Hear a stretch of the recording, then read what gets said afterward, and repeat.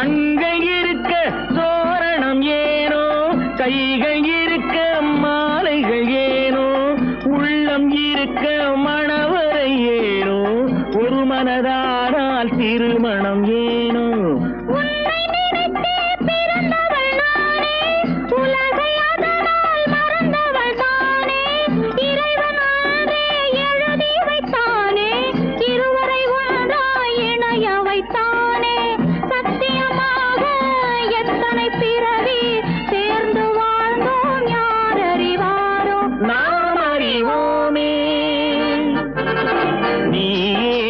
எனக்கு மணவாட்டி என்னை மாலையிட்டு கைப்பிடிக்கும் தீமாட்டி, நானே தான் உனக்கு விழிகாட்டி என்ப நாடகத்தில் ஆட்டி வைக்கும் வழிகாட்டி.